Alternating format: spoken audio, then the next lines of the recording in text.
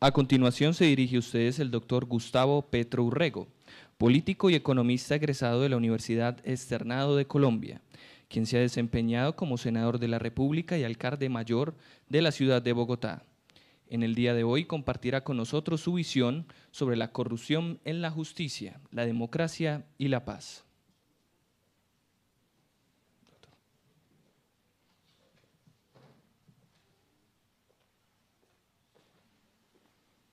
Bueno, le quiero agradecer a la universidad y a todas y todos ustedes su presencia aquí para permitirnos hablar sobre un tema que en los medios de comunicación está en primera página, la corrupción y la justicia.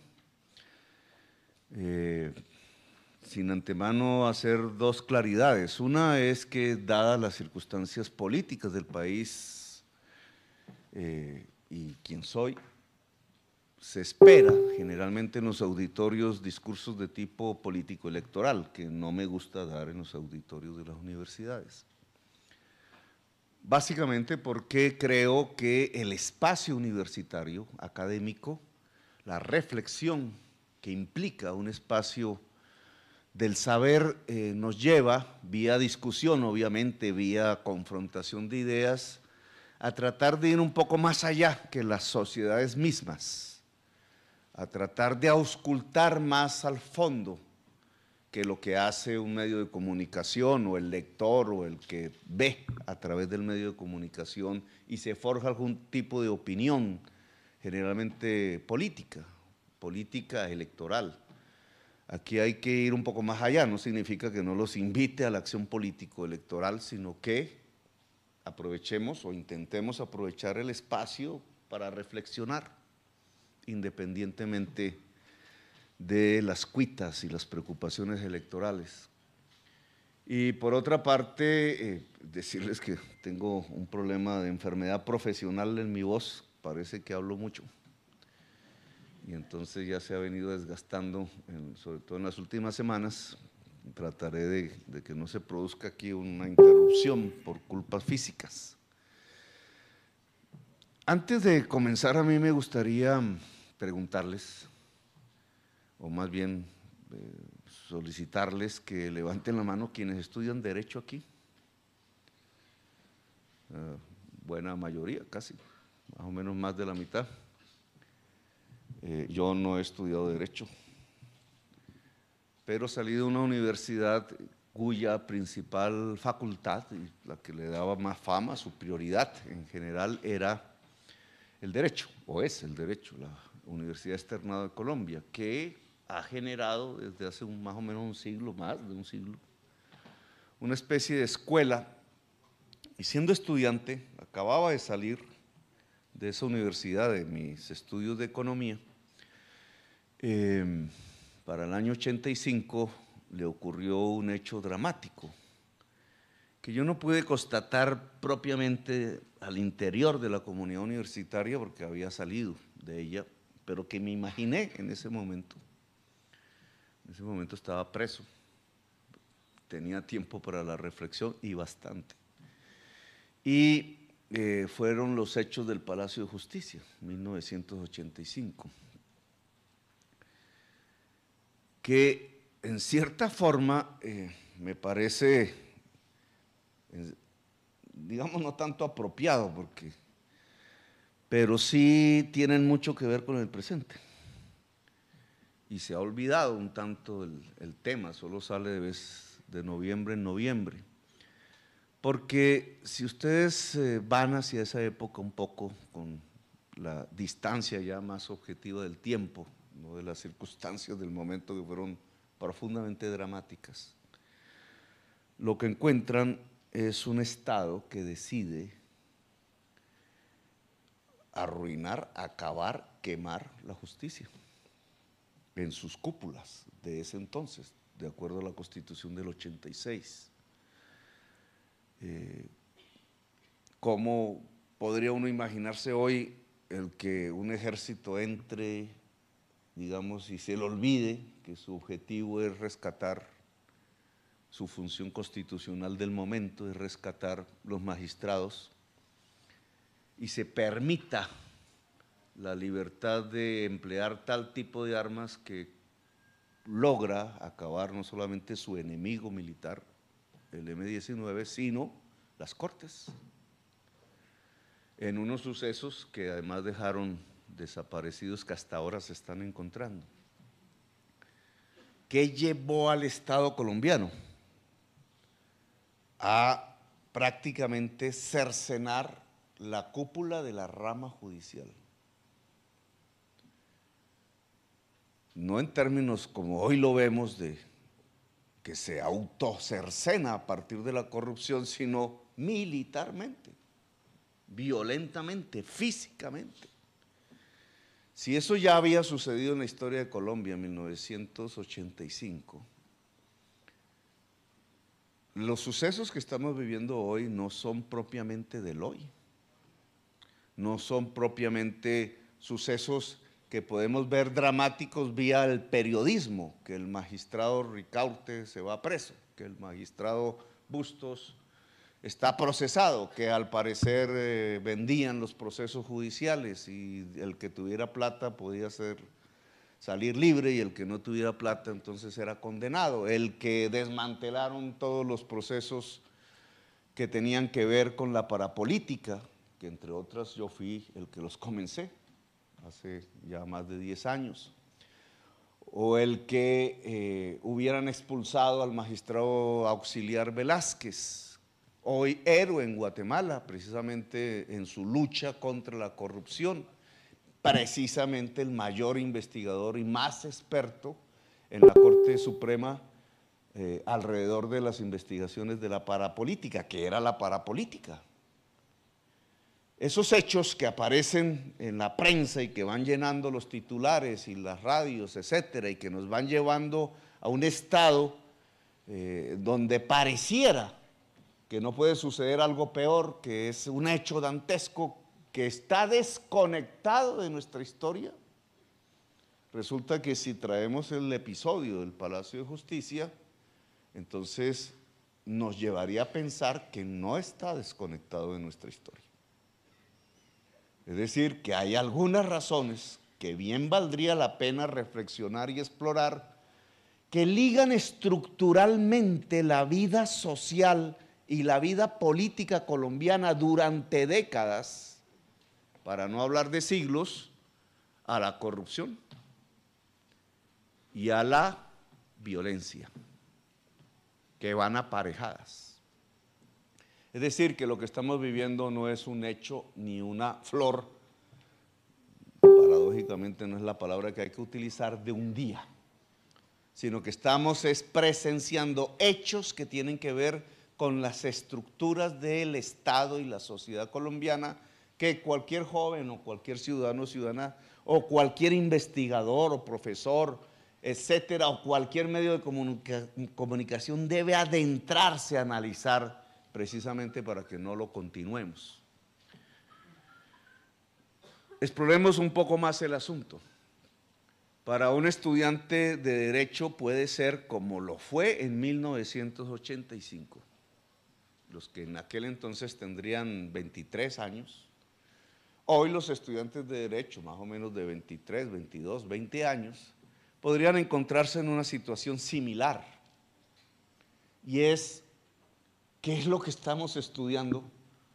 El derecho, la justicia, las reglas, las lógicas con las que se construye la norma que se supone que es la base de la convivencia, el derecho visto como la base de la paz, a través de diversas teorías y corrientes de pensamiento jurídico. ¿Qué sentido tiene ese estudio si lo que está una vez se sale de la universidad es ante la evidencia de que se está en un mundo antijurídico, antiderecho, sin derecho, sin justicia? ¿Qué es lo que se estudia?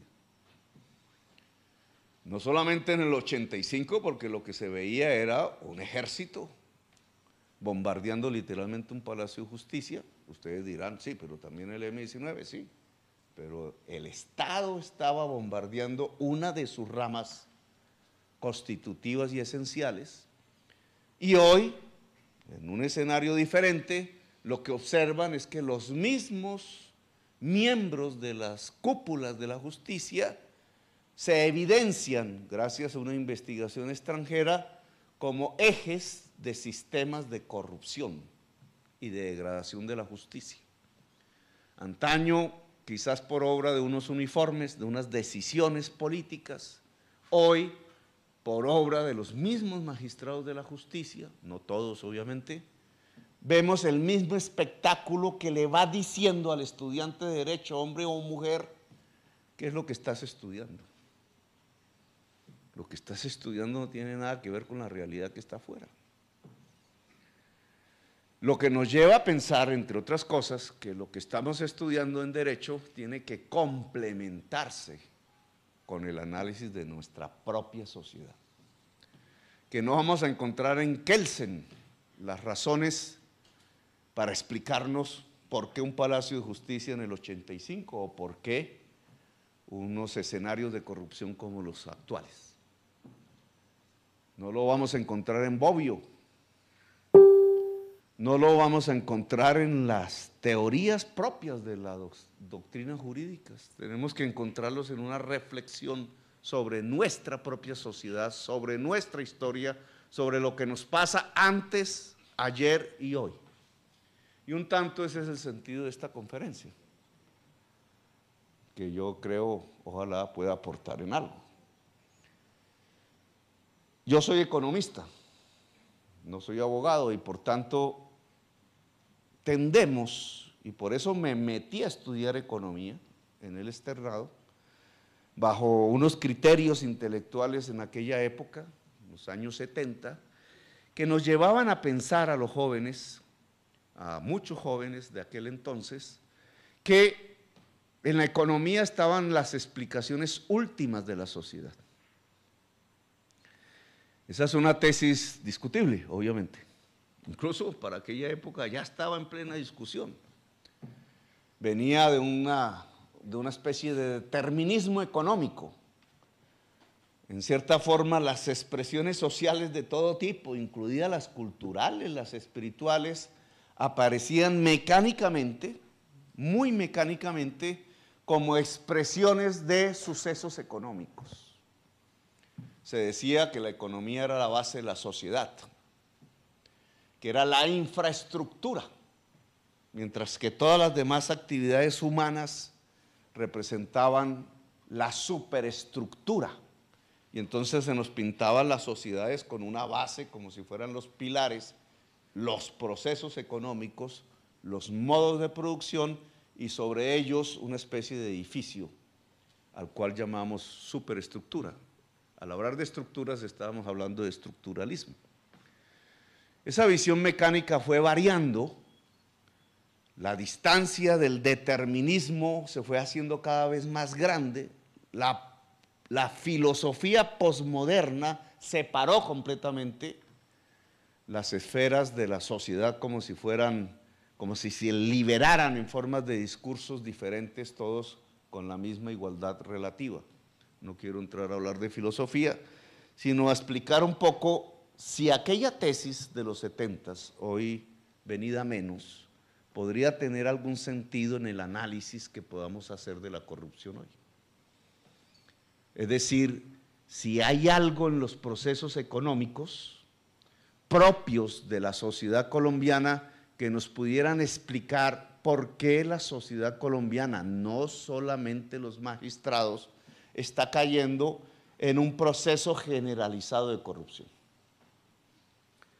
Yo me quiero amarrar un poco a esa idea de que hay algo en la economía, que hemos llegado a un límite que si no somos capaces de superar, nos enreda en una especie de sifón en donde el conjunto de la sociedad va decayendo y la decadencia de la sociedad, que algunos políticos podrían llamar crisis integral, se experimenta bajo la forma de una corrupción generalizada, tanto en la política como en la justicia, como en general en todas las expresiones de la vitalidad humana. Esa es una tesis. ¿Y qué podría llevarnos entonces a pensar en esa economía generadora de la decadencia social de Colombia? Y de una era de decadencia social en Colombia que no comenzó ahora, que viene desde hace varios lustros, sin que le hayamos podido dar solución. Exploremos. ¿En qué consiste la estructura económica colombiana? ¿Qué es lo que hacemos nosotros? Ese arte, esa actividad humana de la producción y del trabajo, que en general es la base de la economía y de la ciencia económica, ¿de qué manera se expresa en la sociedad colombiana y en nuestra historia? ¿Cómo es? Ustedes pueden observar dos fases, digamos, una casi que anterior a la existencia de la mayoría de los aquí presentes, que es una economía agraria, de labriegos. Casi todos nosotros somos hijos de labriegos o nietos de labriegos, de gentes de asadón, de gentes, la inmensa mayoría que cultivaba la tierra y no de manera ostentosa, sino pequeñas propiedades, parcelas, etcétera. Depende de cada región. Aquí, propiamente, y era el eje de la economía nacional, el café. No tanto en Medellín, pero digamos la esfera del cafetera tiene una raigambre propiamente antioqueña, que se extiende al viejo Caldas y allí donde se amarra con más fuerza y vitalidad. Nos articula en la economía mundial durante casi todo el siglo XX, genera como el producto estrella de la articulación global la violencia. Pero no es el mundo del café el que genera la violencia, sino es el mundo diferente al café el que se va contra el mundo cafetero para generar una violencia, la de mediados del siglo XX. Todo esto es historia de nuestros abuelos ya. Parte de la historia nacional está allí arraigada. El incipiente proceso de industrialización de Colombia, que parte, como en casi todos los países, de elementos básicos como la agroindustria, producir alimentos, galletas, colombinas, chitos, o los textiles, productos de primera necesidad, pero de carácter manufacturero, empiezan a crecer gracias a la economía cafetera, y Medellín es eso. Pero también Bogotá y también un poco más distanciadamente Cali, Barranquilla, Bucaramanga. Bucaramanga, Bogotá se meten a la construcción de una industria manufacturera de tipo democrático en su propiedad. Es decir, decenas de miles de pequeños empresarios de taller. Y un poco las estadísticas sociales de Bogotá y Medellín, de Bogotá y Bucaramanga se parecen, es porque hay esa base económica que todavía hoy resiste de por lo menos 180,000 empresarios en la ciudad de Bogotá, que son de garaje, son familiares, y algo muy similar alrededor de las industrias del cuero y del zapato en Bucaramanga. Medellín tiene otro tipo de construcción industrial, que es el gran empresariado, no el pequeño empresario. Y se fundamenta su industria en la agroindustria y los textiles. Ese es el pasado. Pero algo pasa que nos cambia ese tipo de modelo, llamémoslo así entre comillas, de estructura económica, de incipiente industrialización y de utilización para la articulación mundial de un producto agrario, el café, todas actividades productivas, todas, por otro tipo de mundo económico, que es el en el que quiero reflexionar. De alguna manera u otra, el mundo en su contexto, la globalización, el libre mercado victorioso, expandiéndose a través de tratados que van abriendo mercados a como de lugar, uno de los cuales se aprueba recientemente sobre Colombia, el Tratado de Libre Comercio, va impulsando una apertura de los mercados a los grandes capitales. y nuestro mundo de producción agrario empieza a debilitarse. Ya somos importadores de 13 millones de toneladas de alimentos y nuestro mundo industrial incipiente se derrumba.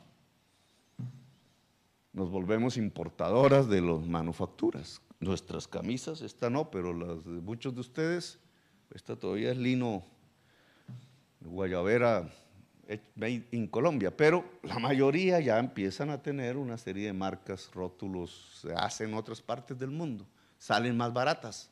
Nuestra industria empieza a decrecer. Y lo que hacemos es básicamente cambiar el modelo productivo hacia uno profundamente extractivo. En lugar de producir en una fábrica con las dificultades que implica transformar las cosas, que entre otras, a medida que avanza el siglo, implican cada vez más conocimiento y saberes, es la ciencia en medio de la producción. Cualquier cosa que ustedes tengan puestas o usen es básicamente ciencia en la producción, cada vez más ciencia en la producción. Cuando se trata del mundo extractivo, es decir, de extraer cosas que nosotros no pusimos, sino que están por azar geológico o por Dios, para los creyentes, debajo del subsuelo, extraerlo, carbón y petróleo, estamos en otro modelo productivo, no productivo, extractivo, combinado con el narcotráfico. Nos volvimos desde hace unos 30 años para acá, y coincide con la vida física de la mayoría de los presentes, en exportadores de petróleo, carbón y cocaína. Los tres enormes venenos para la humanidad. Peor el carbón que la cocaína, para ser científicamente más exactos. Peor. Porque mientras la cocaína tiene efectos individuales, que la ciencia trata de descubrir, digamos, el carbón tiene efectos globales. Ni más ni menos, carbón y petróleo son hoy las fuentes primas del cambio climático. Y el cambio climático nos puede matar como especie. De hecho, empieza matando como especies grandes cantidades de animales y vegetales. No voy a hablar del cambio climático aquí, es una conferencia que a mí me gusta dar, pero fíjense ustedes cómo la economía colombiana, que de todas maneras estaba exportando una droga, que era el café, la cafeína, ¿cierto?, que tiene una capacidad de adicción. De alguna manera, nuestra sociedad, nuestro Estado, nuestras fuerzas en la historia no habían sido capaces de articularse al mundo a partir del saber, sino a partir de la adicción.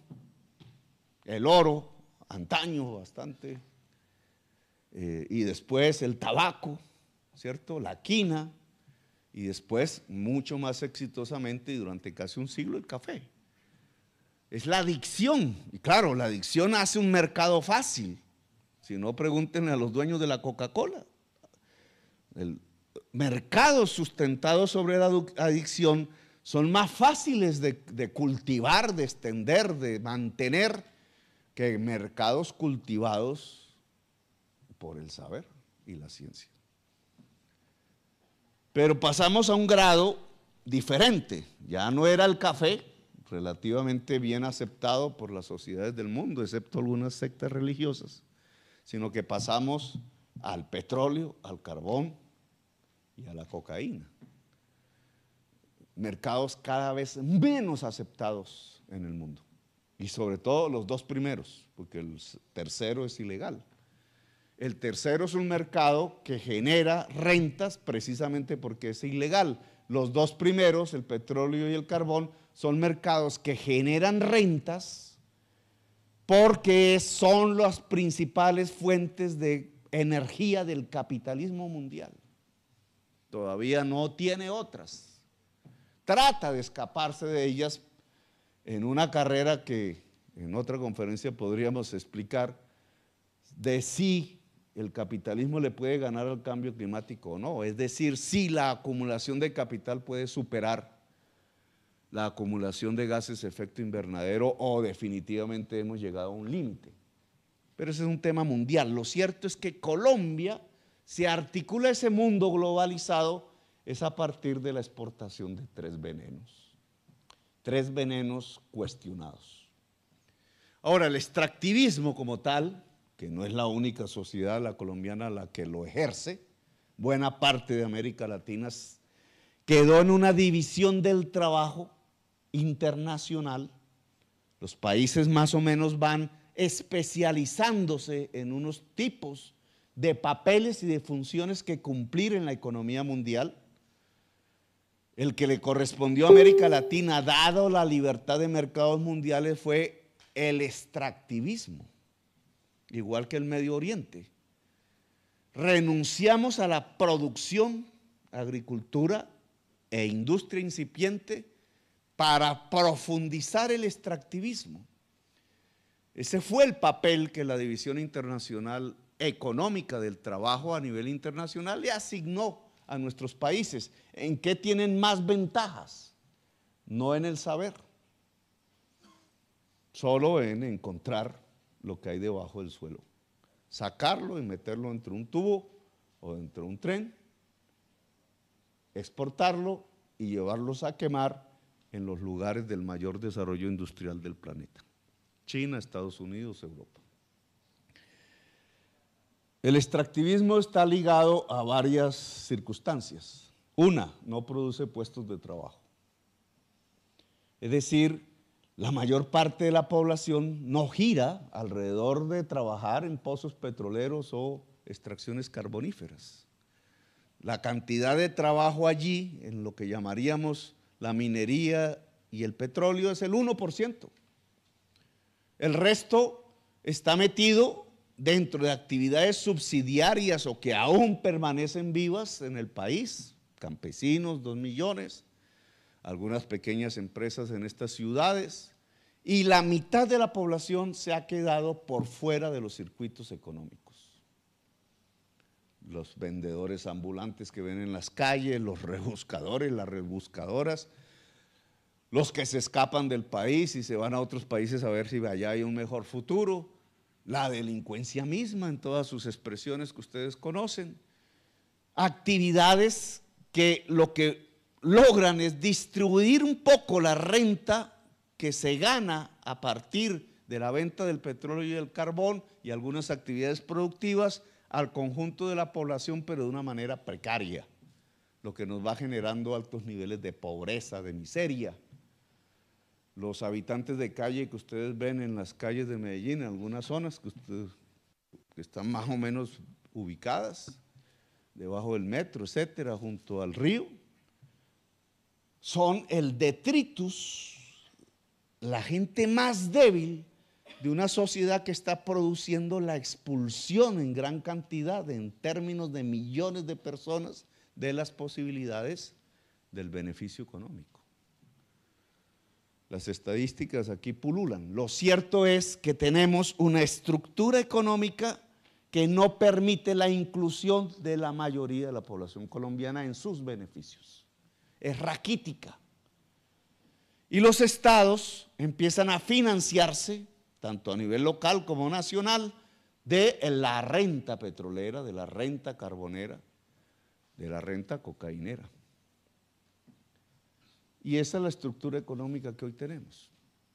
Esa estructura económica, que es similar a la de Venezuela, entre otras cosas, y similar a la boliviana y similar a la ecuatoriana, y cada estado con unos manejos más o menos correctos de la renta, tiene un límite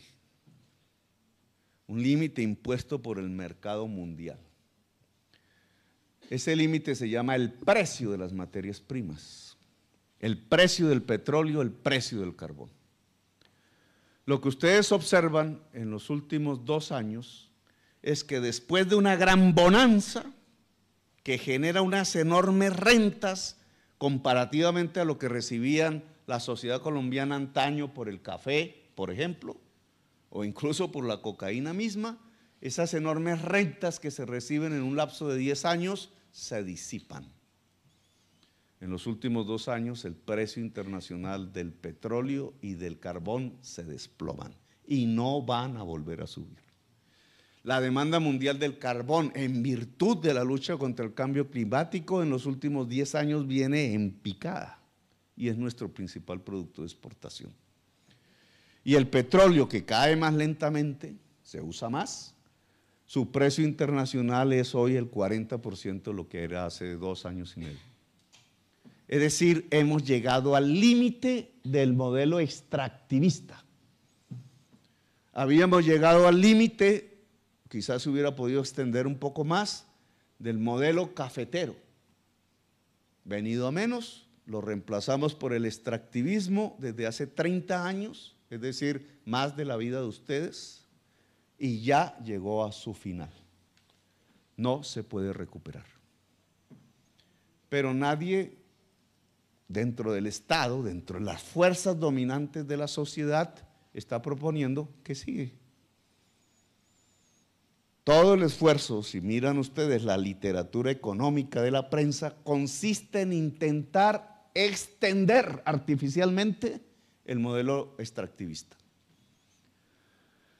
Tanto en el terreno de la política, porque entonces los precandidatos, no quería hablar de candidaturas, pero los precandidatos, si ustedes los ponen ante un foro de empresarios de hidrocarburos, amarillos, verdes, rojos, azules, negros, dicen lo mismo. Vamos a bajarles impuestos a ver si la rentabilidad permite que sigamos viviendo del carbón y del petróleo. Y después hacemos las preguntas. Esa es la realidad. O desde el punto de vista de los ingenieros, cómo intentar prolongar las exportaciones del petróleo a partir de lo que se llaman las nuevas tecnologías, que básicamente es la fractura de las piedras llenas de petróleo con agua a presión. Fractura en español, que le dicen fracking. Como es una tecnología nueva realmente en el mundo, con consecuencias impredecibles en algunos lugares del mundo donde se comenzó, fundamentalmente en Utah, Estados Unidos, el agua, al entrar a presión, obviamente se contamina de los gases, de los hidrocarburos, y ese agua fluye de alguna manera.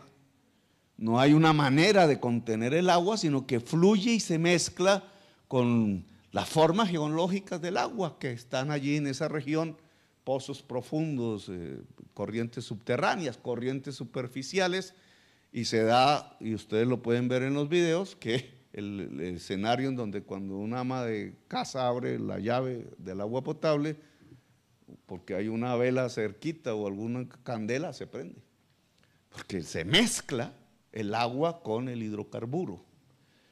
Ríos que se pueden prender literalmente en Alaska o en el Canadá. Es decir, una afectación masiva de la calidad desde el punto de vista de la vida del agua. El fracking es una posibilidad para extender un modelo extractivista que ha llegado a su final de todas maneras. Usado intensivamente en los Estados Unidos y con varios proponentes en Colombia que con mucha fuerza desde el Estado tratan de hacerlo también en Colombia. El límite del modelo extractivista tiene que ver con la corrupción, que es el tema de la conferencia.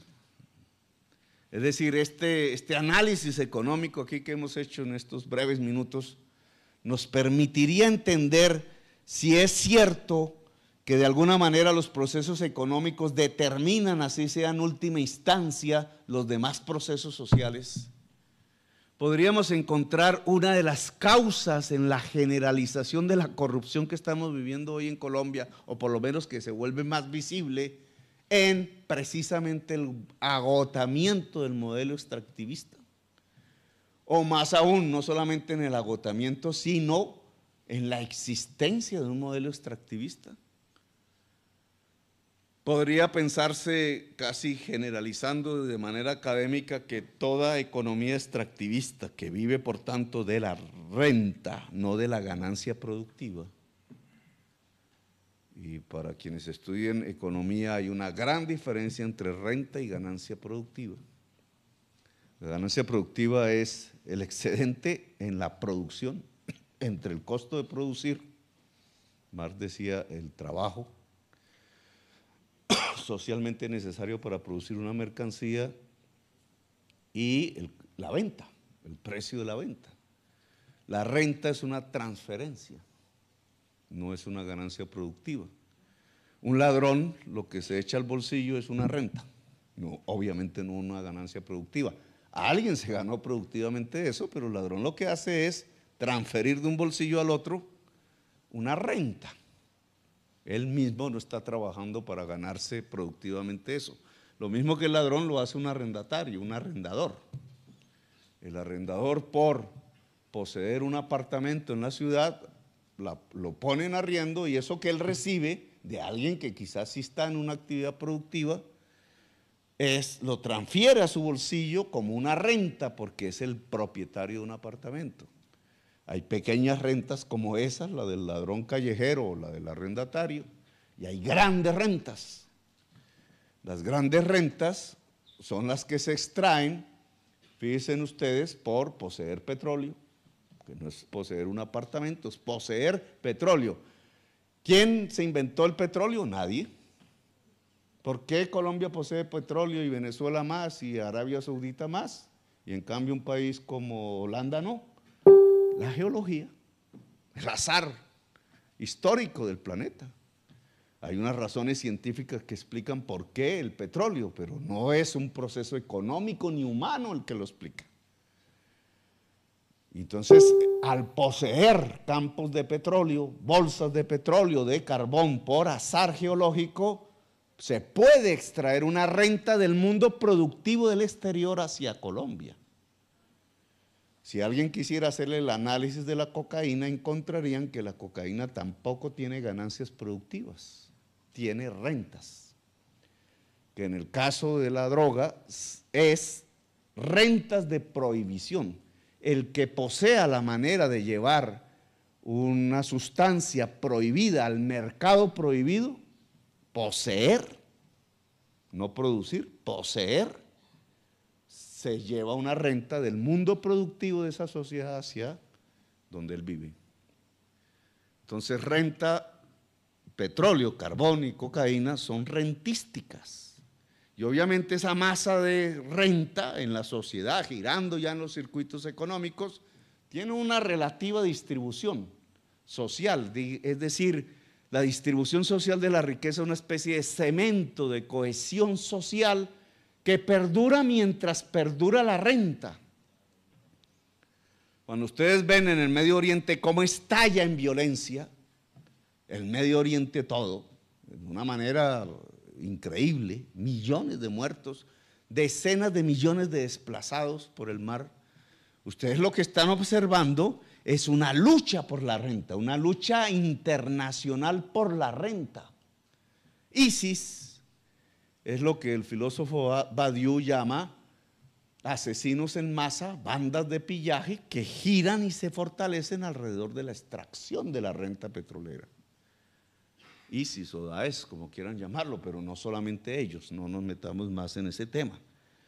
Lo que hemos tenido en la sociedad colombiana entonces es un crecimiento de la renta que se distribuyó socialmente en unas regiones más que en otras.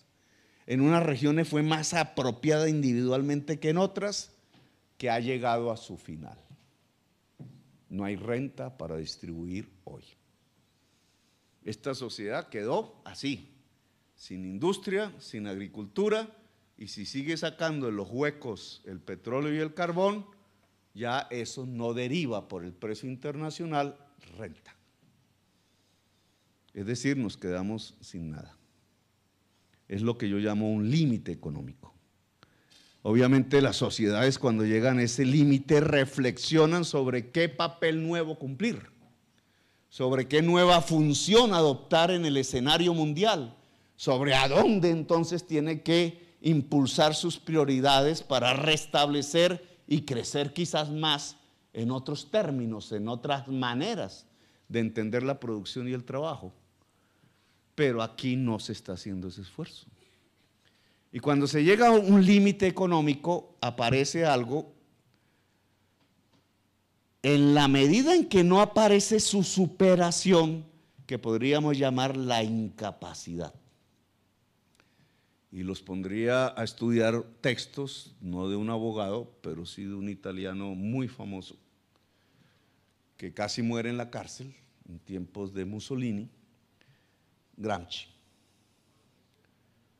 Si estudiáramos los textos de Gramsci, que es el primero que dice, ojo con el determinismo económico, las funciones culturales, espirituales, artísticas, intelectuales de una sociedad gozan de mucha autonomía respecto a su base económica, decía Gramsci, siendo el marxista, en crítica contra su propio pensamiento vuelto esquema y ortodoxia.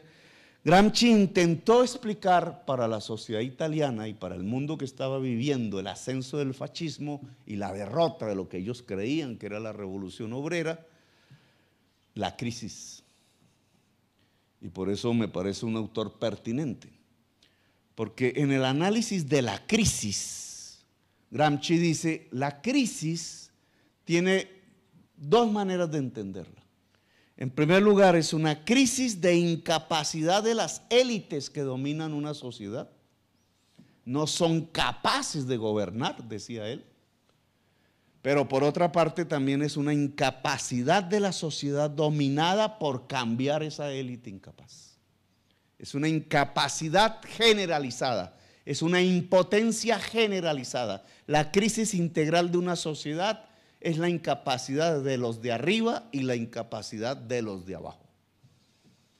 Él pensaba en su Italia fascista y en su propia cárcel. Es decir, la cárcel de Gramsci era la incapacidad de quienes habían organizado el movimiento obrero italiano para cambiar la sociedad. Estamos en una crisis integral. Es decir, lo que estamos viviendo en Colombia, parodiando a Gramsci, es que llegado el límite económico, el final del extractivismo, hay una enorme incapacidad de quienes gobiernan la sociedad para salir del límite, saltar el límite, pero también una enorme incapacidad de la sociedad misma dominada para superarlo. Porque si la tesis de Gramsci es cierta, entonces podemos pasar a un tercer nivel de análisis. La corrupción no es más sino la expresión de una crisis integral de la sociedad. Y lo que vemos en la prensa, etcétera, hoy, ayer, incluso alguien diría desde el Palacio de Justicia, y alguien diría, hay un profesor de la Nacional que un día me lo recordó en una conferencia aquí similar, es que nunca se ha superado esa crisis de capacidad. Es decir, lo que hemos tenido es una sociedad incapaz de construirse como nación. Un tema que iría más allá hacia el final de esta conferencia. Y entonces nuestro camino es cómo construirnos como nación. La crisis no es de ahora, la crisis ha sido estructural.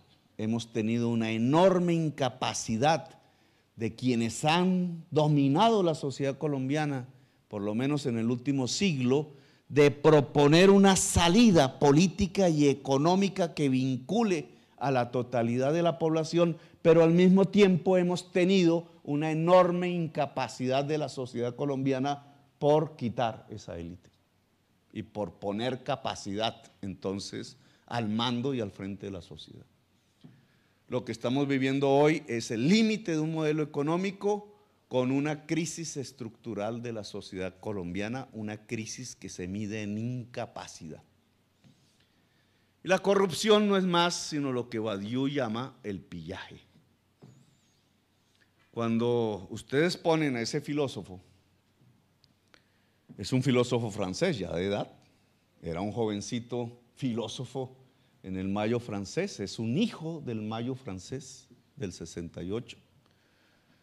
pasó por las corrientes estructuralistas francesas de izquierda, sigue siendo de izquierda, pero ya transformado.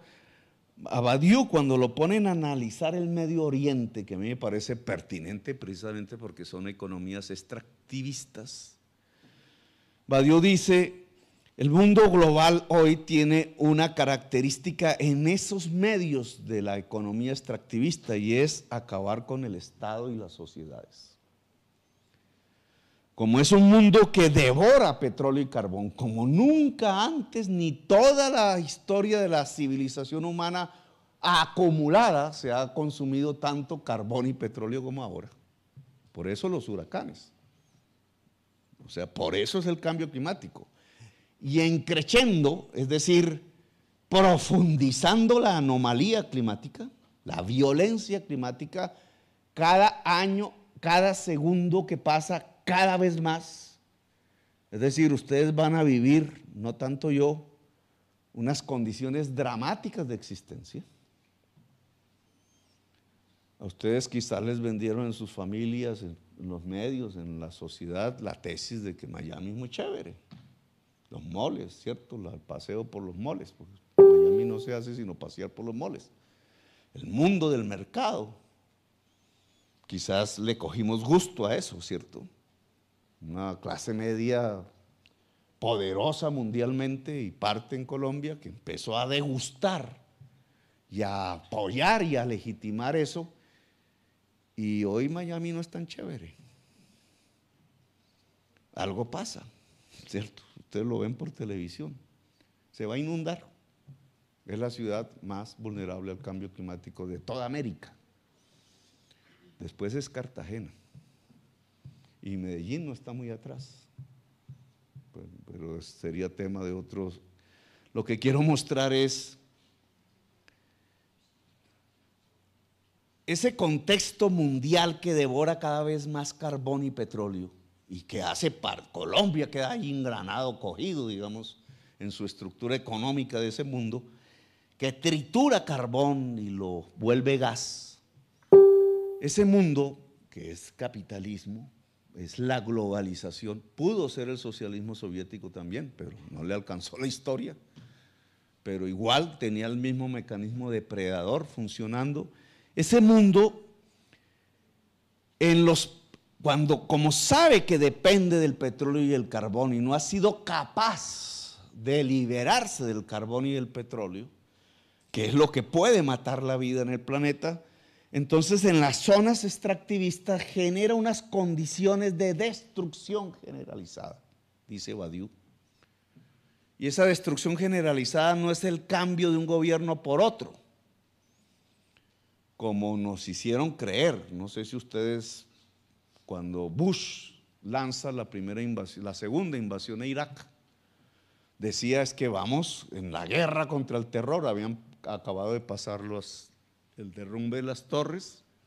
Bush dice, esta es una guerra contra el terror y se trata de reemplazar unos gobiernos por democracias. Eso fue hace 17 años, más o menos, 15. Esa es la realidad de hoy. ¿Qué gobiernos tenían que reemplazar? El de Gaddafi, el de Saddam Hussein, el del sirio, que no recuerdo cómo se llama. Una serie de gobiernos que, si ustedes los miran en la historia, eran gobiernos de unas sociedades árabes, la mayoría, que estaban distribuyendo socialmente la riqueza petrolera a partir de un instrumento que era republicano, autoritarios, etcétera, pero con una alta capacidad de distribución de la renta petrolera. Es decir, habían usado la renta petrolera como un cemento de cohesión social dentro de sus naciones. Libia, Irak, Siria.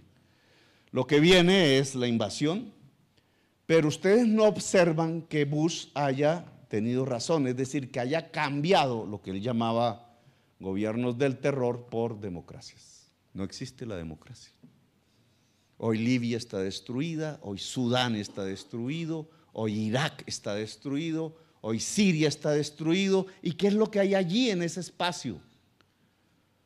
No encuentran un Estado, encuentran bandas armadas, fuertemente armadas, controlando territorios. ¿Qué controlan? No solamente sociedades nómadas porque están huyendo en masa, sino que controlan, y eso es lo que se llama el pillaje, la renta petrolera que queda, los pozos de petróleo. Con los dineros del petróleo que exportan, no como Estado, sino como bandas, se arman. Y por eso ustedes ven guerras contra una cosa como ISIS, que dura años. La conquista de una ciudad, en manos dice, puede durar una batalla de 1 año y medio, 2 años. ¿Por qué? Porque tienen poderío militar.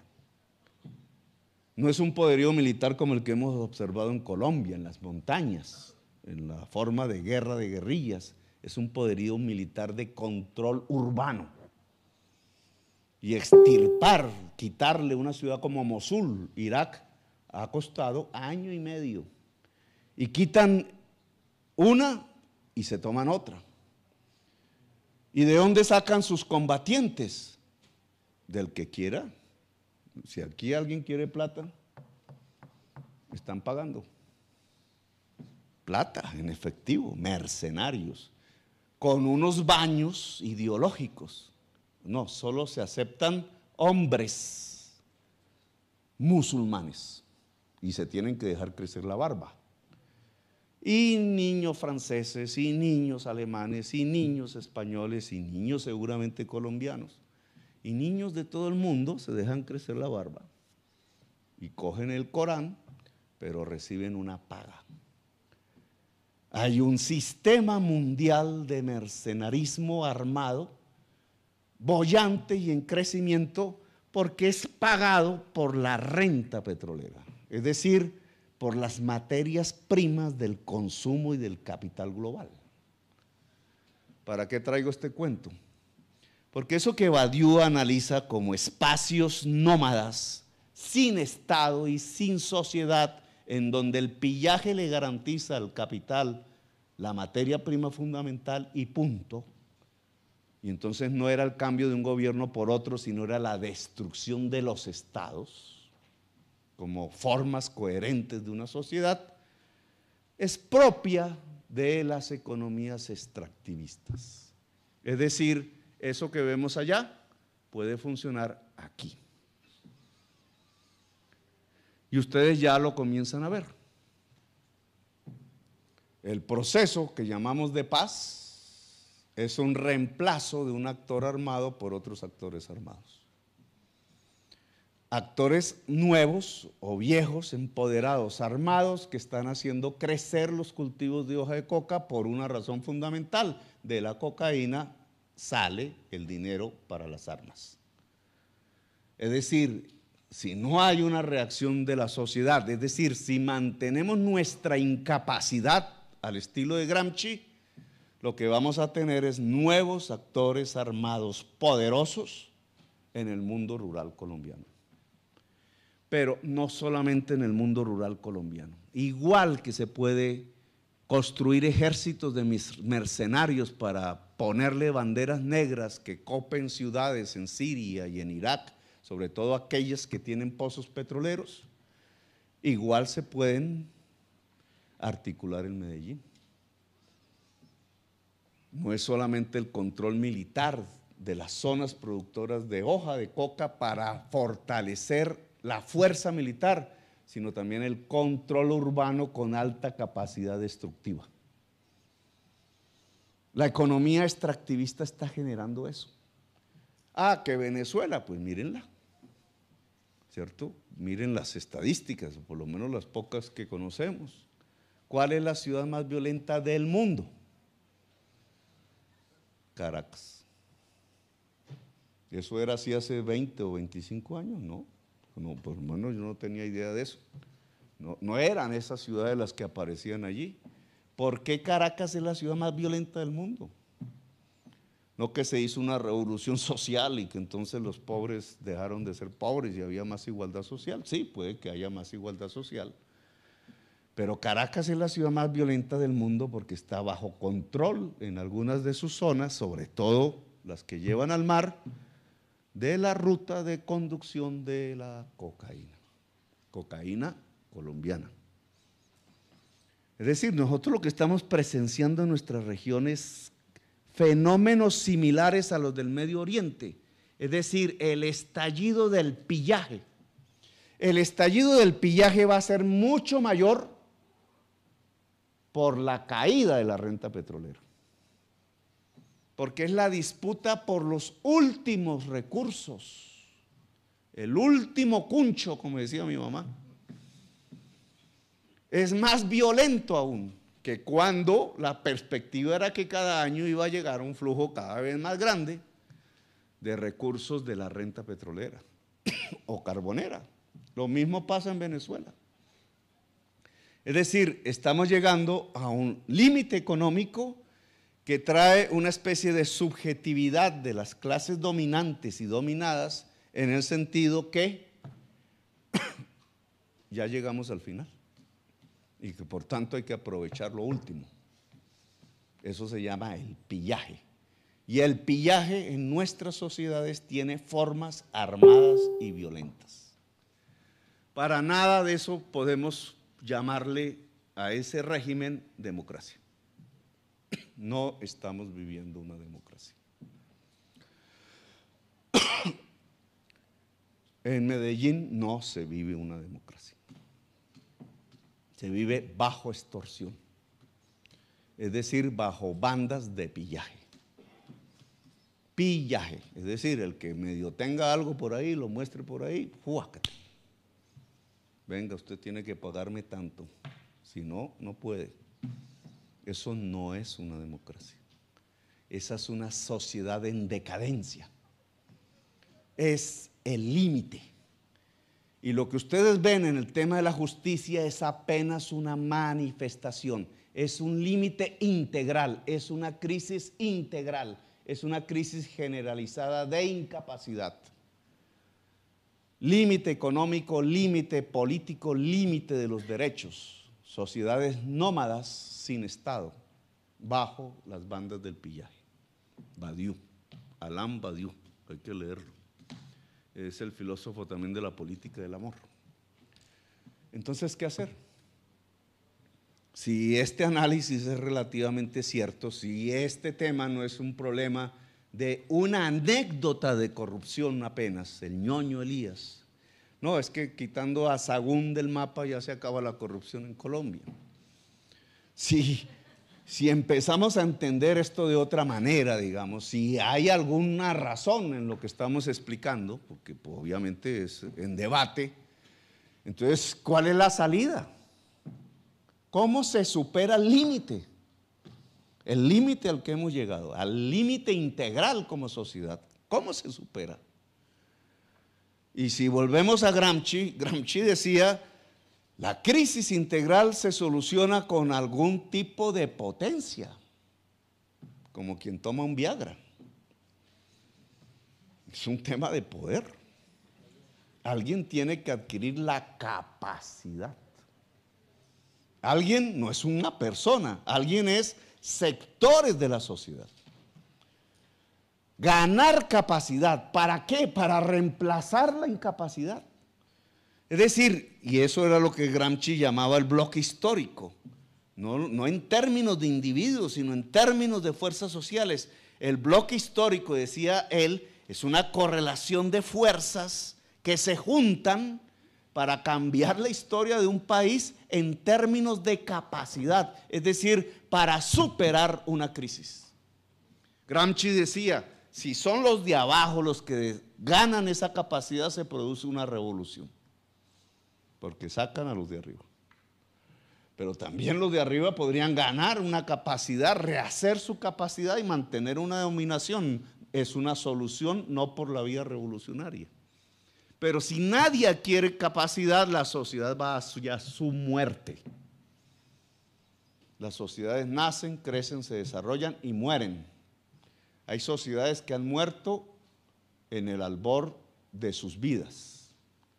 La sociedad soviética se murió y era la segunda más poderosa del planeta. No estamos hablando de cualquier pendejada, la que puso el primer hombre en el espacio. y la primera mujer y el primer animal. Y se murió. Ya no está aquí, duró menos que nosotros. La sociedad yugoslava murió. La sociedad libia murió. La sociedad iraquí murió. Hay sociedades que mueren. La sociedad colombiana podría morir si no somos capaces de solucionar la crisis de incapacidad. Gramsci decía, una solución de la crisis es la muerte. La palabra corrupción, etimológicamente, lingüísticamente, corresponde a la definición de un cuerpo que muere. ¿Qué se corrompe? La carne. El cadáver, el proceso por medio del cual individualmente todos vamos a pasar, nos descomponemos como cuerpos físicos, eso es corrupción. Los cuerpos, obviamente, es irreversible, es una corrupción irreversible. Las sociedades tienen una ventaja. Si las sociedades se corrompen es porque están manifestando su muerte. Es una sociedad moribunda. La crisis integral de incapacidad es la expresión de una sociedad moribunda, decadente, que puede morir definitivamente si no hay solución. Y esa es un poco la época histórica en que nos toca vivir. Morir, ¿cómo mueren las sociedades? Se desangran ellas mismas, se extirpan ellas mismas, se exterminan ellas mismas, o se debilitan tanto que otro las extermina y desaparecen de la historia. Estamos viviendo esa época.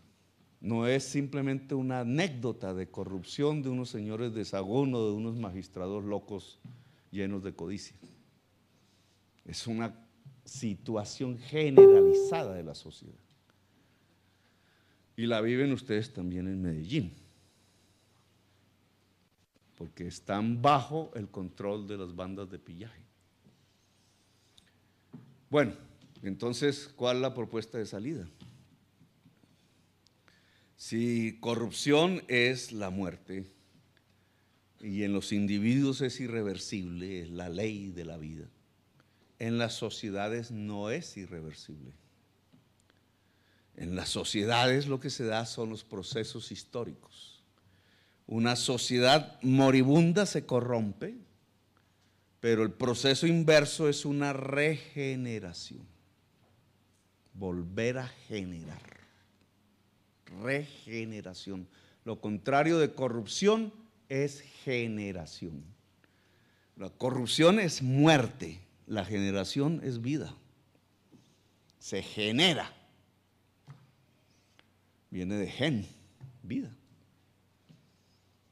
¿Cierto? Nacemos. Lo contrario del individuo que muere es el niño que nace, que se genera. Eso es lo contrario. Lo contrario de la corrupción es la generación. ¿Cómo una sociedad genera? Genera ideas, genera creación, genera inventos, genera producción, genera vitalidad. ¿Cómo se genera? Es decir, ¿cómo pasamos a la sociedad colombiana de esta decadente y moribunda hacia una que genera? Sería un poco, o como decía Gramsci, ¿dónde se adquiere la potencia para generar? Pues yo pienso que la solución de eso se llama democracia. La solución de eso es volver a la base de la sociedad misma. La base de la sociedad misma, el poder de la sociedad misma es el poder constituyente. El poder constituyente es la forma de regeneración de una sociedad cuando se llega al límite. Los europeos lo usan de vez en vez, los latinoamericanos parece que lo usamos permanentemente. Es un constitucionalismo latinoamericano diferente al europeo, tarea para los estudiantes de derecho.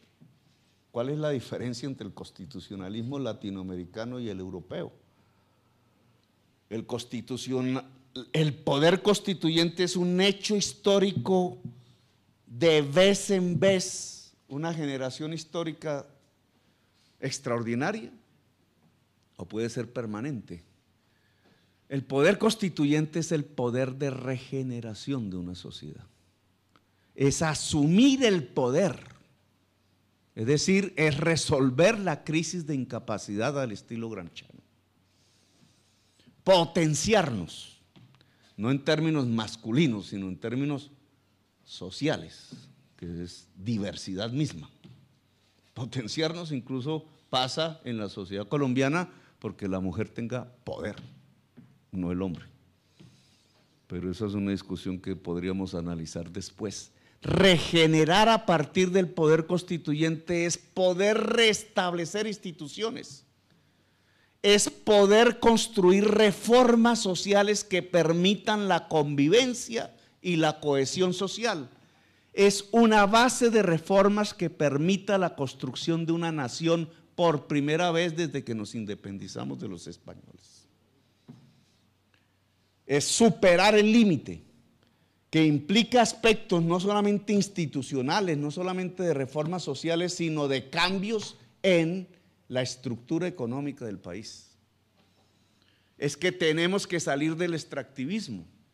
Y para salir del extractivismo, porque es obligatorio ya salir, no porque se nos da la gana, pasar a una economía productiva en las condiciones del siglo XXI nos obliga a pensar la agricultura y la industria a la manera del siglo XXI. Es decir, intensiva en saber y conocimiento y absolutamente cero carbono. ¿Cómo se pone ese trompo en el piso? ¿Cuál es el papel de los jóvenes en la construcción de ese tipo de sociedad? ¿Cuál es la decisión política del hoy?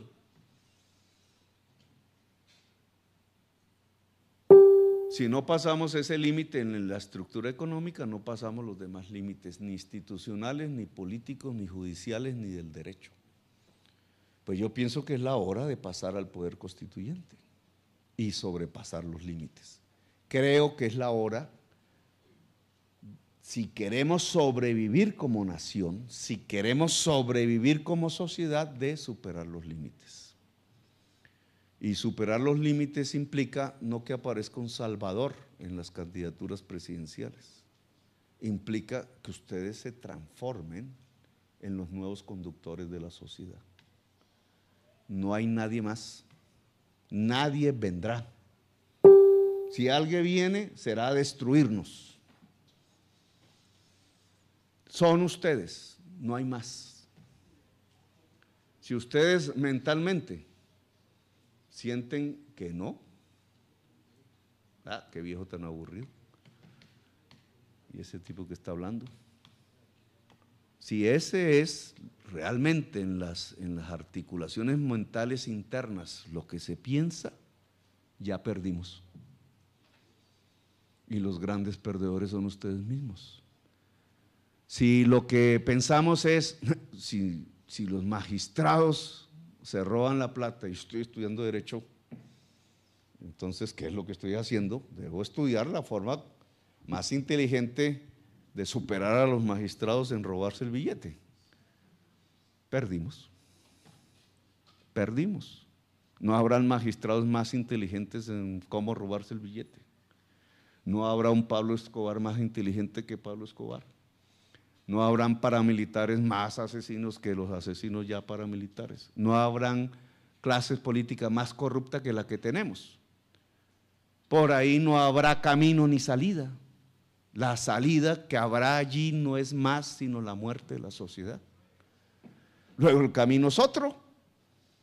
Y ese camino otro que yo llamo la regeneración democrática de la sociedad colombiana a partir de unas reformas fundamentales en su estructura económica y en su distribución de la riqueza, estructura económica que tiene que pasar a la producción y a la articulación a la ciencia, lo tiene que dar una fuerza social que debe liderar el proceso, liderar la construcción del bloque histórico. Esa fuerza social, ¿dónde está? Son ustedes. Y si ustedes creen que no son, entonces no habrá esa fuerza social. Es decir, los límites nos ahorcarán definitivamente. No es un apocalipsis, es una toma de decisiones. Las juventudes han estado en muchas sociedades, en muchos momentos históricos, abocados a las tomas de decisiones. Le tocó a una juventud vietnamita y se armó y dio la talla. Le tocó a una juventud europea después del fascismo en la Segunda Guerra Mundial y lo hicieron, mal que bien. Le tocó a una juventud cambiar el mundo por allá en los años 68 y lo hicieron. Aquí necesitamos una juventud colombiana que dé la talla. Y estamos esperando. Yo me pongo a su servicio, porque yo quiero andar esa aventura de superar los límites y cambiar el país. Y cambiar el país desde el punto de vista de la regeneración democrática. Pero si esa juventud no está, no hay nada que hacer. La sociedad colombiana va hacia su muerte, bajo las formas del pillaje y la corrupción generalizada, en una destrucción que será violentísima, porque hemos vivido 2 siglos de violencia. Bueno, gracias, no sé si haya preguntas.